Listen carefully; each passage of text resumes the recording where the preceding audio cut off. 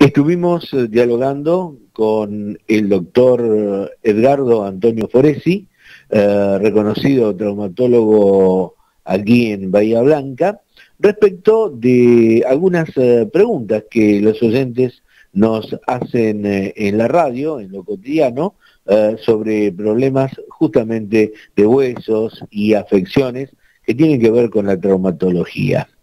La primera pregunta que le hicimos al doctor es ¿qué patologías son más comunes por el sedentarismo, por lo menos que se le presentan en los consultorios en la atención cotidiana? El doctor muy amablemente nos respondía así. Sí, mira, hablando de patologías de consulta habitual por patologías crónicas debidas al sedentarismo, lo que habitualmente se consulta es por patologías de osteoporosis. La osteoporosis obviamente que es un déficit de calcio en el hueso y eso condiciona a fracturas, generalmente fracturas de cadera, fracturas de columna. Están relacionadas la patología básicamente con la dieta baja en calcio y con el sedentarismo. Al no tener estímulo de actividad, los huesos suelen tornarse frágiles y están propensos a las fracturas. Ajá, muy bien.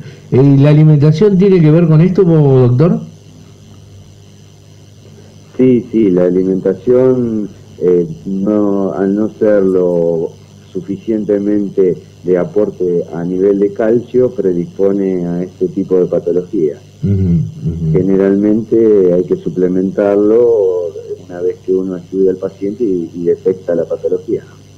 Muy bien. Algo que es muy repetido por ustedes, los facultativos, en general, en cada entrevista que hacemos y demás, es antes de la actividad física, por favor, consulte al médico, a ver qué puede hacer, porque por así siempre hay alguno que apenas si camina 10 minutos al día y quiere saltar garrocha, una cosa así, ¿no? ¿Es necesario, doctor, siempre hacer una consulta?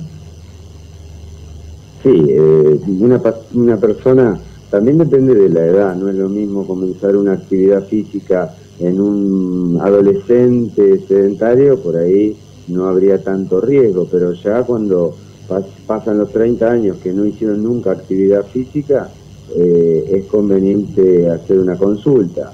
Generalmente se aconseja la consulta cardiológica, porque es el mayor riesgo, que a veces incluso escuchamos que salen las noticias de una muerte súbita y demás, eso sí iríamos en extremo.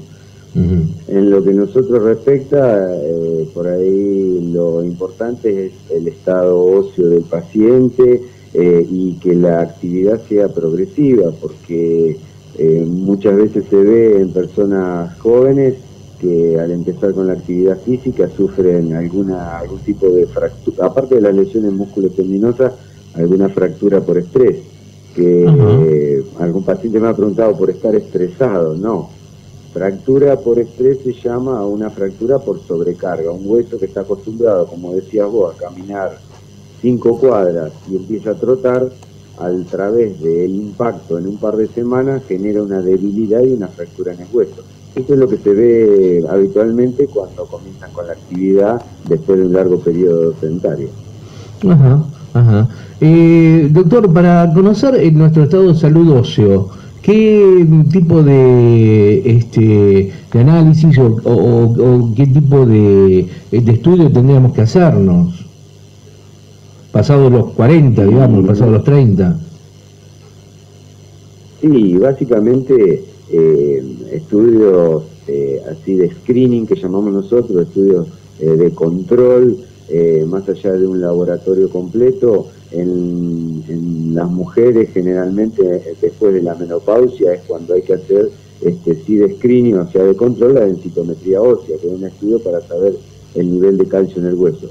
Obviamente me estoy refiriendo a la patología ósea. Por ahí hay otros tipos de especialidades, como te decía, cardiológico, por ahí clínico, el pediatra, por ahí cuando es un chico que comienza con la actividad y demás. Pero en lo que respecta a la traumatología, es básicamente la osteoporosis, es como para control. Después lo que es para comenzar con una actividad, siempre se sugiere que sea progresiva, ¿no es cierto? Incluso por ahí guiada por un profesional, obviamente un profe de educación física, que le va a ir generando una progresión en la complejidad y en la actividad, ¿no es cierto? Se ha demitificado un poco el tema de la genética, que hace unos años era muy frecuente decir, no, bueno, esto es hereditario, tenés propensión, o realmente tiene la importancia que se le daba hace años atrás. Hay patologías que tienen hablando de las discopatías, hernias de disco, que me estabas comentando hoy o preguntando, sí, por ejemplo, en ese caso yo siempre le digo a los pacientes, hay familias de pacientes que tienen la patología de columna. La hernia de disco está vista que se da en una debilidad a nivel del anillo que tiene el disco lumbar, y en esa debilidad se genera la hernia, y hay familias que tienen la propensión a esa patología. Uh-huh. Okay. Después, sí. No, lo escucho, doctor. No, y después hablando de otras patologías también hay predisposición, depende de si es caucásico, si el origen genético tiene predisposición a cierta patología, pero ya sería mucho más específico. Muy bien. Tocamos el tema de columnas porque fundamentalmente hoy la presencia de muchas horas frente a la computadora, las malas posturas, etcétera, se muestran también como un factor que influye en el tema de las hernias discales. Hay aquí diferentes tipos de preguntas que nos consultan siempre en la radio, que tiene que ver con los diferentes tratamientos que hay respecto de la hernia de disco. Obviamente somos todos reacios a la cirugía, pues nos asusta la cirugía. Muchos dicen la mejor manera es la cirugía. Otros hablan de los famosos bloqueos vertebrales, que me ayudó mucho, que no me ayudó, no sé. ¿En qué consiste el tema ¿Es un mito ya? ¿Es una psicosis la hernia de disco o realmente se están dando estos casos? No, la hernia de disco, como estabas preguntándome, básicamente las zonas de mayor frecuencia de discopatía son la cervical y la lumbar, y dentro de ellas dos, la lumbar es la de mayor consulta. Obviamente el último disco lumbar generalmente es más afectado. Siempre le explico yo a los pacientes que el 90% de la hernia de disco tienden dentro de los 3 meses de generada a desinflamarse, a disminuir la sintomatología, a calmar la patología.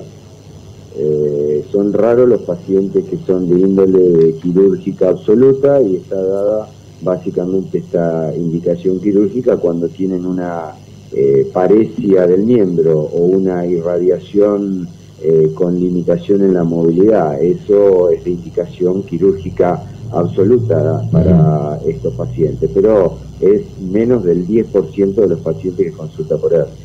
Con respecto a los bloqueos, sí. No es... A ver, hay que entender que un disco que tiene un problema, en este caso, hablando de hernia de disco, es un disco que nunca más va a ser un disco sano. Lo que va a pasar es que se va a cicatrizar en el mejor de los casos, o va a generar sintomatología crónica. Dentro de los tratamientos de esa sintomatología crónica, que obviamente es el dolor como causa principal, están una serie de tratamientos que van desde el tratamiento analgésico, la kinesiología, la inmovilización transitoria, los bloqueos, la ozonoterapia y diferentes terapéuticas para aliviar la sintomatología, ¿no? Muy bien. Quería comentarle respecto a las famosas L4, L5 y S1, ¿no? Que suelen salir en las radiografías de hernia de disco. que la gente nos comenta mucho, nos comentaba en algún programa por allí que hacíamos respecto de estos temas, ¿no? Y coincidían varios oyentes en que su problema justamente estaba por allí, localizado por ese lugar. Sí, mira, son términos por ahí médicos de ubicarnos anatómicamente. Nosotros tenemos 5 vértebras lumbares, las cuales se apoyan sobre el sacro, que sería el final de la columna. Entonces, por ejemplo, entre la primera vértebra lumbar y la segunda se llama L1, L2. Entonces, como te había explicado que el último disco lumbar es el más afectado, este sería el ubicado entre L5 y S1, que sería el sacro. Muy bien. Es nada más que un reparo anatómico para ubicarnos para la terminología médica, ¿no? Perfecto. Quiero comentarle que aquí ya nos están lloviendo los mails, saludándolo de algunos pacientes suyos. Después, cuando concluyamos la entrevista, lo vamos a sacar, a emitir al aire, por una cuestión de no demorarlo más en el tiempo, y lo saludan, parece que lo estiman mucho, doctor. Bueno, muchas gracias, y le hago extensivo a toda la gente que te ha mandado mail y comunicado. La verdad, muchas gracias. Doctor, hay algo que se está utilizando ya desde hace tiempo, pero todavía no queda claro si ortodoxamente está bien encaminado o no, que es el tratamiento del ozono. Mira, concretamente es un tratamiento analgésico que tiene que estar dentro del bagaje de la medicina como para controlar el dolor del paciente. Yo no lo practico porque es la infiltración justamente de ozono en las zonas de dolor, pero actúa como captura los radicales libres, que son los que producen el dolor. Muy bien. Otra de las modas, perdón, doctor, que lo distraiga un poco con este tema, pero la gente se va, ¿no? Tenemos como modas, por la difusión, para saber qué. Es el tema de la quiropraxia, que hoy todo el mundo, no, te doy la espalda, pero me dio una hernia, no, anda al quiropráctico, te deja, pero de 10. ¿Es tan recomendable, usted recomendaría la quiropraxia o en ciertos casos sí, en ciertos casos no? No sé si es recomendable. Mira, la quiropraxia es una buena metodología como dentro de lo que estamos hablando de tratamiento del dolor, contracturas y demás. Yo siempre le digo a los pacientes que una alternativa de tratamiento. Muy bien, muy bien. Doctor, sabemos que usted es cirujano y quisiéramos así, a grandes rasgos, conocer un poco el avance en los elementos, en la metodología quirúrgica, a grandes rasgos, ¿no? de lo más común en cuanto a traumatología. La tecnología avanza constantemente, por eso queríamos saber, porque todavía, aunque parezca mentira, hay mucha gente que desconoce y tiene miedo porque desconoce justamente, ¿verdad? Sí, dentro de los campos de la medicina hay varios que la tecnología nos va ayudando. Nosotros básicamente en traumatología, lo que es cirugía protésica, están continuamente avanzando en materiales, superficie de deslizamiento y demás, que nos ayuda a darle más seguridad al paciente y que el reemplazo que uno le hace protésico le tenga mucha mayor durabilidad. Ni que hablar en lo que es metodología de estudio, que básicamente traumatología es resonancia, tomografía.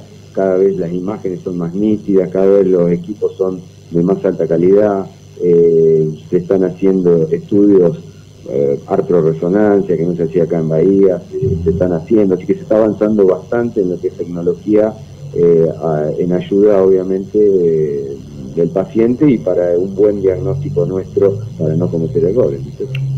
En el caso del tratamiento de huesos, ¿qué es mejor, la resonancia o la tomografía? No, bueno, ese hecho, depende de cada patología, es mejor un estudio que el otro.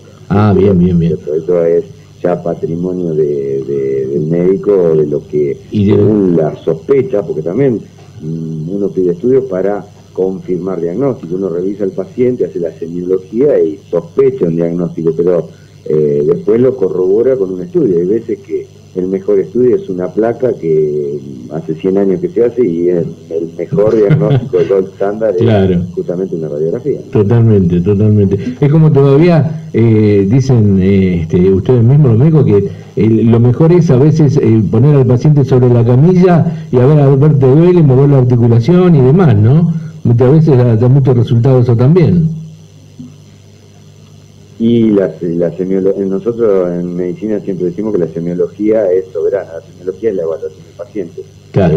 Te orienta, hay veces que se piden estudios que no son necesarios por el simple hecho por ahí de no revisar al paciente, por eso es que hay que evaluarlo, hay que revisarlo, por ahí hay que detenerse un minuto más antes de indicar algún estudio, pero a uno lo orienta para llegar a la mejor conclusión, ¿no es cierto? Muy bien. Para ir finalizando, doctor, algo que ha avanzado también es el tema de la recuperación, ¿no? Las rehabilitaciones, ¿son más rápidas, son mejores? Sí, la verdad que un aliado permanente, hablando de la traumatología, ¿no es cierto? Pero un aliado permanente son los kinesiólogos, que nos rehabilitan los pacientes después de una intervención, cuando le hacemos una cirugía reparadora, o en muchas patologías que son puramente de índole kinesiológico la resolución. Muchas lesiones musculotendinosas se resuelven directamente con kinesiología.